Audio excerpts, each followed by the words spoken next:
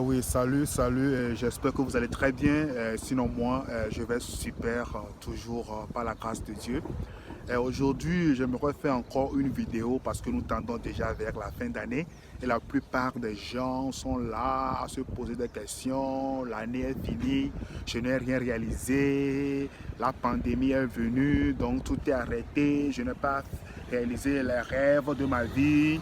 Je n'ai pas construit, mes projets se sont arrêtés, le travail, il n'y a plus, je ne me suis pas marié. Beaucoup de peines se sont présentées durant l'année. Laisse-moi te faire comprendre que c'est le moment plutôt de rendre grâce à Dieu parce que tu es vivant. Imagine un peu ton voisin, imagine un peu ton ami, imagine un peu cette personne-là qui a réalisé ses rêves, qui a réalisé beaucoup de choses, qui a construit sa maison, qui a acheté une voiture, qui s'est marié, qui a eu des enfants. Mais pendant cette pandémie, cette personne est morte. Qu'est-ce qu'on peut dire par rapport à cette personne qui a réalisé tout, mais qui est morte? Et toi qui n'as pas encore réalisé des choses, tu as encore la vie. Tant qu'il y a la vie, il y a encore de l'espoir. Tant qu'on respire, il y a de l'espoir. Alors, mes amis, je suis là juste pour nous motiver. Comme vous le savez très bien, je suis un motivateur et nous parlons de beaucoup de thèmes qui vont dans nos intérêts. Rends grâce à Dieu. C'est le temps de faire introspection. C'est le temps de reprendre la conscience de l'année 2020.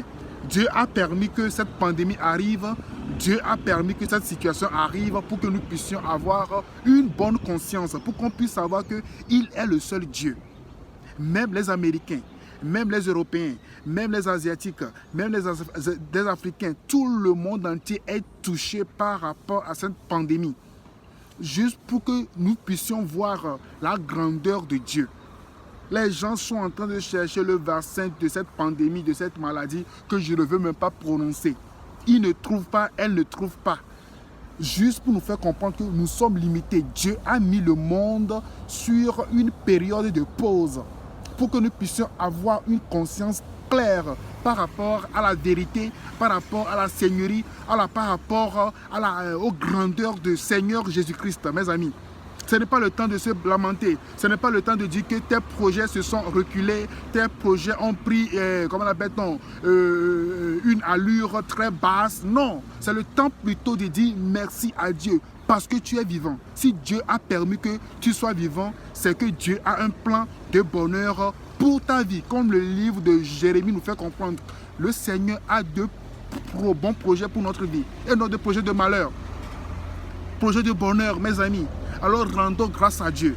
Ne prends pas ton temps pour pleurer.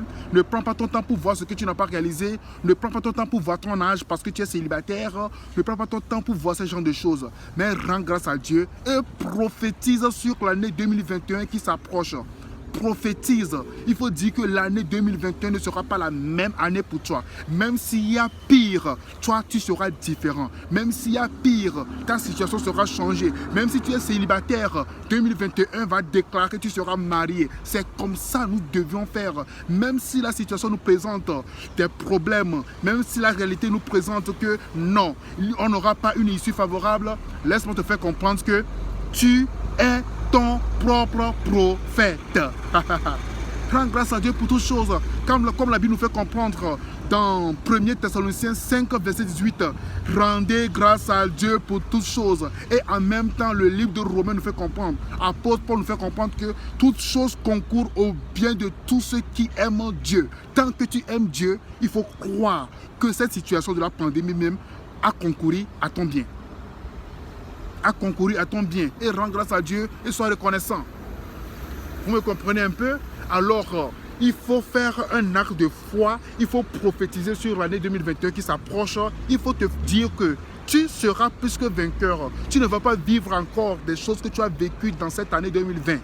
Mais ce sera une année différente pour toi et tu auras ton témoignage parce que tu as cru, parce que tu as prophétisé et parce que tu as conversé avec ta bouche, avec tes lèvres. Parce que ta conscience t'a donné une parole positive.